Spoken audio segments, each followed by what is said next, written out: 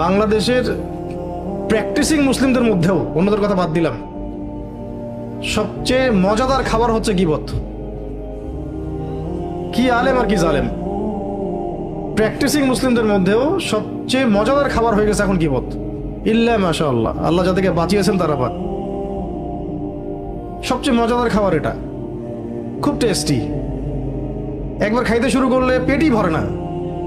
হ্যাঁ, জানুক না জানুক, বুঝুক না বুঝুক, গীবতের সাথে অপবাদ, তহমত, ধারণা, কুধারণা, হয়তোবা এমন, হয়তোবা তেমন, আরে এটা তো এমন, মানে সে নিজেকে আল্লাহর জায়গায় নিয়ে জাজ করা শুরু করতেছে। পারলে বলেই দেয় যে আরে ওটা তো জাহান্নামী। ওটা বলতে পারে না খালি।